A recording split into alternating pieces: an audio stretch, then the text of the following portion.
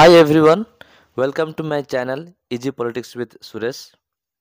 ଆଜିର ଏହି ଭିଡ଼ିଓରେ ଆମେ ଜନ୍ ଷ୍ଟୁଆର୍ଟ ମିଲଙ୍କର ନାରୀମାନଙ୍କ ଉପରେ କ'ଣ ତାଙ୍କର ଚିନ୍ତାଧାରା ଥିଲା ସେ ବିଷୟରେ ଆଜି ଆମେ ପଢ଼ିବା ଏବଂ ବୁଝିବା। ଜନ୍ ଷ୍ଟୁଆର୍ଟ ମିଲ୍ ହେଉଛନ୍ତି ବ୍ୟକ୍ତିଗତ ସ୍ୱାଧୀନତାର ଏକ ମୁଖ୍ୟ ପରଧା। ସେ ଏକ ପ୍ରସିଦ୍ଧ ପୁସ୍ତକ ଲେଖିଥିଲେ ଯେଉଁ ପୁସ୍ତକର ନାଁ ହେଉଛି ଅନ୍ ଲିବର୍ଟି, ଯାହାକୁ କି ସେ ଲେଖିଥିଲେ 1859 ମସିହାରେ। ସେଇ ଅନ୍ ଲିବର୍ଟି ପୁସ୍ତକରେ ସେ ସମସ୍ତଙ୍କର ସ୍ୱାଧୀନତା ବିଷୟରେ ଭରପୁର ବା ଢେର ଚର୍ଚ୍ଚା କରିଛନ୍ତି। ତ ସେଇ ପୁସ୍ତକରେ ସେ ମହିଳାମାନଙ୍କ ସ୍ୱାଧୀନତା ବିଷୟରେ ମଧ୍ୟ ସେ ଆଲୋଚନା କରିଛନ୍ତି ଏବଂ ମହିଳାମାନଙ୍କ ପାଇଁ ବିଶେଷ କରି ସେମାନେ କେଉଁଭଳି ଆମ ସମାଜରେ ବା ଆମ ରାଷ୍ଟ୍ରରେ ଯାହା ଆମେ ଚାରିପାଖ ଦେଖୁଛୁ କେମିତି ସେମାନେ ନିର୍ଯାତିତ ହେଉଛନ୍ତି ତାକୁ ଲକ୍ଷ୍ୟ କରି ସେ ଗୋଟେ ବହି ଲେଖିଥିଲେ।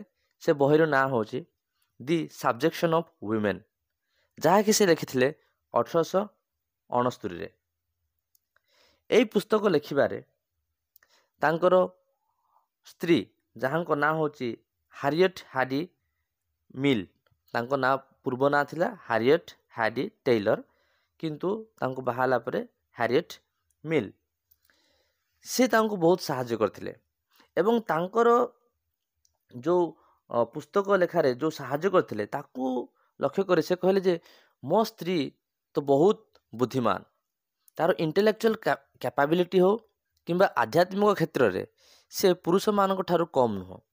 ତେଣୁ ତାକୁ ଲକ୍ଷ୍ୟ କରି ସେ କହିଲେ ଯେ ଆମ ସମାଜରେ ଯେଉଁ ଚିରାଚରିତ ଭାବେ ମହିଳାମାନଙ୍କୁ ନେଇ ଯେଉଁ ଦୃଷ୍ଟିଭଙ୍ଗୀ ଅଛି ବା ଯେଉଁ ଚିନ୍ତାଧାରା ବା ଲୋକମାନଙ୍କର ଯେଉଁଭଳି ନିମ୍ନ ପ୍ରକାର ମାନସିକତା ଅଛି ସେ ମାନସିକତାକୁ ସେ ଦୂର କରିବା ପାଇଁ ଚାହିଁଲେ।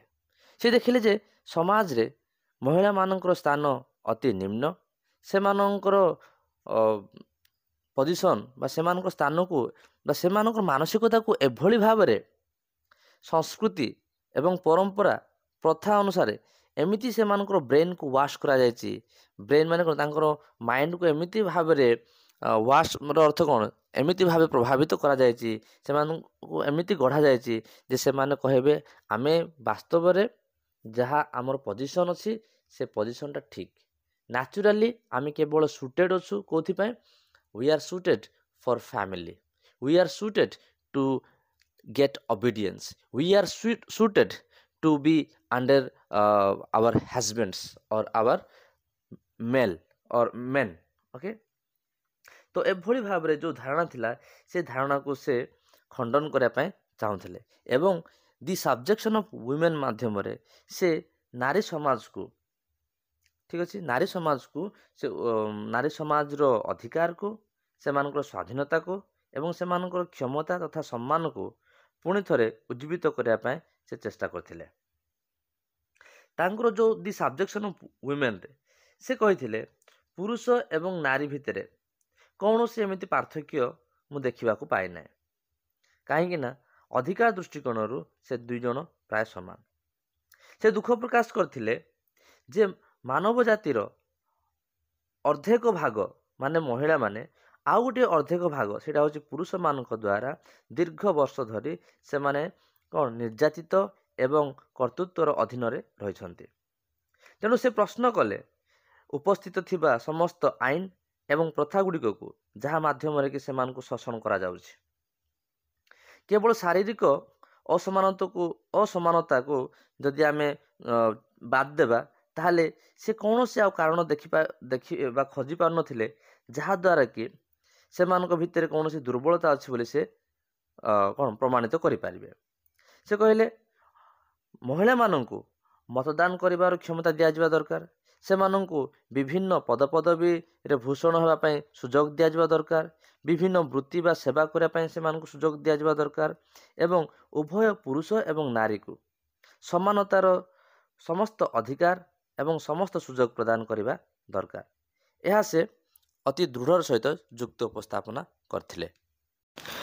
ମିଲ୍ଙ୍କ ଅନୁସାରେ ନାରୀମାନଙ୍କୁ ପୁରୁଷମାନଙ୍କର ଅଧୀନରେ ରଖିବା ଦ୍ୱାରା ଏହା କେବଳ ଯେ ନାରୀମାନଙ୍କ ପ୍ରତି ଅତ୍ୟାଚାର ହେଉଛି ତାହା ନୁହଁ, ଏହା କରିବା ଦ୍ୱାରା ମାନବ ସମାଜର ପ୍ରଗତି ହୋଇପାରୁନି। ତେଣୁ ସେ ଚାହୁଁଥିଲେ ଯେ ଆମ ସମାଜ ଆଗକୁ ବଢ଼ିପାରିବ, ମାନବ ସଭ୍ୟତା ଆଗକୁ ବଢ଼ିପାରିବ, ଅଧିକ ବିକଶିତ ହୋଇପାରିବ ଯଦି ଆମେ ଏଇ ଅର୍ଦ୍ଧେକ ନାରୀମାନଙ୍କୁ, ଏଇ ଅର୍ଦ୍ଧେକ ଭାଗ ମହିଳାମାନଙ୍କୁ ଯଦି ସେତିକି କ୍ଷମତା ଏବଂ ସେତିକି ସୁଯୋଗ ଦେବା, ଯେତିକି ସୁଯୋଗ ପୁରୁଷମାନଙ୍କୁ ଦିଆଯାଉଛି, ତାହେଲେ ସେଇ ସୁଯୋଗର ସଦୁପଯୋଗ କରି ସେମାନେ ନିଜର ପଟେନସିଆଲ, ନିଜର ସାମର୍ଥ୍ୟକୁ ପ୍ରକାଶ କରିପାରିବେ। ଯଦ୍ୱାରା କି ଯେଉଁ ସବୁ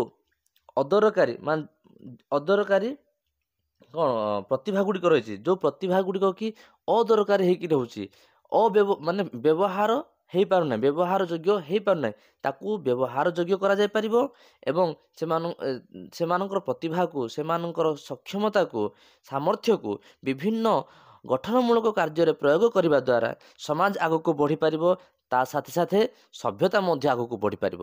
ତେଣୁକରି ସେ କହୁଥିଲେ ଉଭୟଙ୍କୁ ସମାନ ଅଧିକାର ଦିଆଯିବା ଦରକାର। ସେ କହୁଥିଲେ ମହିଳାମାନଙ୍କର ଦମନ ବା ନାରୀମାନଙ୍କ ଉପରେ ଯେଉଁ ଦମନ କରାଯାଉଛି, କର୍ତ୍ତୃତ୍ୱ ଜାହିର କରାଯାଉଛି, ଏହା କେବଳ ଯେ ଗୋଟିଏ ଜାଗାରେ ସୀମିତ ତାହା ନୁହଁ, ଏହା ସାରା ପୃଥିବୀର ବିଭିନ୍ନ କଣେ ଅନୁକୋଣେ ଏହା ପ୍ରଚଳିତ ଅଟେ। ତେଣୁ ଲୋକମାନଙ୍କୁ ଆଶ୍ଚର୍ଯ୍ୟ ଲାଗେ ଯେତେବେଳେ କି ମହିଳାମାନଙ୍କୁ ସୁଯୋଗ ଦିଆଯିବ, ମହିଳାମାନଙ୍କୁ ସ୍ୱାଧୀନତା ଦିଆଯିବ, ମହିଳାମାନଙ୍କୁ ପୁରୁଷମାନଙ୍କ ଭଳି ସମାନ ଚକ୍ଷୁରେ ଦେଖାଯିବ। ଏଇଟା ତ ଅପ୍ରାକୃତିକ ଭଳି ଲାଗେ। ତେଣୁ ଏଇ ଜିନିଷଟାକୁ ସେ ବହୁତ ଷ୍ଟ୍ରଙ୍ଗଲି ସେଟାକୁ କ୍ରିଟିସାଇଜ୍ କରିଛନ୍ତି। ସେ କହିଛନ୍ତି ଯେ ଯଦି ଇଂଲଣ୍ଡର ଲୋକମାନେ କୁଇନ୍ ବା ରାଣୀଙ୍କ ଦ୍ୱାରା ଶାସିତ ହେବାକୁ ସେମାନଙ୍କୁ ଯଦି କିଛି ପ୍ରୋବ୍ଲେମ୍ ନାହିଁ, ସେମାନେ ତାକୁ ଯଦି ହଁ ଠିକ୍ ଅଛି, ତାଙ୍କ ପାଇଁ ସେଇଟା ଗୋଟେ ପ୍ରୋବ୍ଲେମ୍ ନାହିଁ, ସେଇଟା ନ୍ୟାଚୁରାଲ୍ ପ୍ରାକୃତିକ ଯଦି ଭାବୁଛନ୍ତି, ତାହେଲେ ଅନ୍ୟ ଜାଗାରେ ମଧ୍ୟ କାହିଁକି ସେଇଟା ପ୍ରାକୃତିକ ହେବନି? ତ ଅନ୍ୟ ଜାଗାରେ ମଧ୍ୟ ସେମାନଙ୍କୁ ଯଦି କ୍ଷମତା ଦିଆଯିବ, ସେମାନଙ୍କୁ ଯଦି ପ୍ରତିନିଧି ଭାବରେ ଚୟନ କରାଯିବ, ପାର୍ଲାମେଣ୍ଟରେ ସେମାନଙ୍କୁ ଯଦି ଗୋଟେ ବିଧାୟକ ବା ମେମ୍ବର ଭାବରେ ଯଦି ସେମାନଙ୍କୁ ସଂଯୁକ୍ତ କରାଯିବ, ତାହେଲେ ସେଇଟା ମଧ୍ୟ ଅନ୍ୟାଚୁରାଲ୍ ଲାଗିବନି, ଅପ୍ରାକୃତିକ ଲାଗିବନି, ସେଇଟା ମଧ୍ୟ ପ୍ରାକୃତିକ ଧୀରେ ଧୀରେ ଲାଗିବ।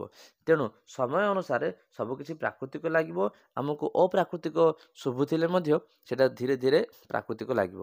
ଏବଂ ଧନ୍ୟବାଦ ଦେବା ଦରକାର ଜନ୍ ଷ୍ଟୁଆର୍ଟ ମିଲଙ୍କୁ, ଯାହାଙ୍କ ଦ୍ୱାରା ହିଁ ଏଇଭଳି ଚିନ୍ତାଧାରାର ବିକାଶ ଲାଭ କରିଥିଲା। ମିଲ୍ ପୁଣି କହିଲେ ଐତିହାସିକ ଦୃଷ୍ଟିକୋଣରୁ ବା ଐତିହାସିକ ଅନୁଭୂତି ଏହା କହେ ଯେ ବହୁତ ପୁରାତନ କାଳରେ ମହିଳାମାନଙ୍କୁ ବିଭିନ୍ନ ସମାନତା ବା ସ୍ୱାଧୀନତା ଦେବା ଅପ୍ରାକୃତିକ ବୋଲି ଲାଗୁଥିଲା। କିନ୍ତୁ ଯଦି ଆମେ ଦେଖିବା ଗ୍ରୀକ୍ ସଭ୍ୟତା ବିଷୟରେ, ବିଶେଷ କରି ସ୍ପାର୍ଟା ନଗର ରାଜ୍ୟ ବିଷୟରେ, ତାହେଲେ ସ୍ପାର୍ଟା ନଗର ରାଜ୍ୟରେ ମହିଳାମାନଙ୍କୁ କମ୍ ଆଇନର ବଶବର୍ତ୍ତୀ ବା ଆଇନ ଦ୍ୱାରା ଦମନ କରାଯାଉଥିଲା। ତାର ଅର୍ଥ କ'ଣ? ସେମାନଙ୍କୁ ଅଧିକ ସ୍ୱାଧୀନତା ଦିଆଯାଉଥିଲା।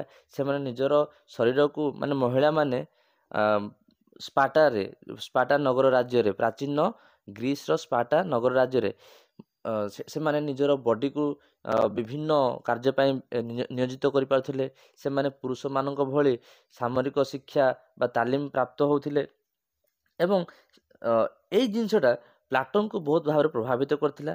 ତେଣୁ ପ୍ଲାଟୋ ତାଙ୍କର ଯେଉଁ ଆଦର୍ଶ ରାଷ୍ଟ୍ର ବିଷୟରେ ପରିକଳ୍ପନା କରିଥିଲେ, ସେଠାରେ ସେ ଉଭୟ ନାରୀ ଏବଂ ପୁରୁଷକୁ ସମାନ ଚକ୍ଷୁରେ ଦେଖିଥିଲେ, ସମାନ ଶିକ୍ଷା ବ୍ୟବସ୍ଥାରେ ମଧ୍ୟ ସେ ରଖିଥିଲେ।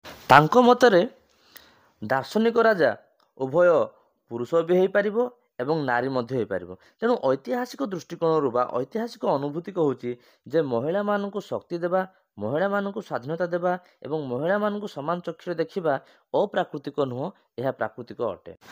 ଜନ୍ ଷ୍ଟୁଆର୍ଟ ମିଲ୍ ପୁଣି କହୁଛନ୍ତି ଯେ ଆକ୍ଚୁଆଲି ଆମ ସମାଜରେ ଯେଉଁ କହୁଛନ୍ତି ପୁରୁଷମାନେ ମହିଳାମାନଙ୍କୁ ଯେଉଁ ଶାସନ କରୁଛନ୍ତି ବା ନାରୀମାନଙ୍କୁ ଯେଉଁ ଶାସନ କରୁଛନ୍ତି, ନିଜ କର୍ତ୍ତୃତ୍ୱରେ ରଖୁଛନ୍ତି, ତାହା ଆକ୍ଚୁଆଲି ମହିଳାମାନଙ୍କର ନିଜ ସ୍ୱ ଇଚ୍ଛାରେ ବା ସେମାନଙ୍କର ସହମତିରେ ରଖାଯାଉଛି।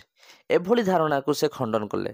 ଯଦି ଏହା ସତ୍ୟ ହୋଇଥାନ୍ତା, ତାହେଲେ ତ ଇଂଲଣ୍ଡରେ ହଜାର ହଜାର ସ୍ତ୍ରୀ ଲୋକମାନେ କେବେ ବି ସେମାନେ ଦାବି କରିନଥାନ୍ତେ ଯେ ଆମକୁ ମଧ୍ୟ ସ୍ୱାଧୀନତା ଦିଆଯାଉ, ଆମକୁ ମଧ୍ୟ ବ୍ୟବସ୍ଥାପିକା ସଭାରେ ବା ଆମକୁ ମଧ୍ୟ ସଂସଦରେ ଗୋଟେ ମେମ୍ବର ହେବାର ସୁଯୋଗ ଦିଆଯାଉ, ଏଭଳି କେବେ ଦାବି କରିନଥାନ୍ତେ।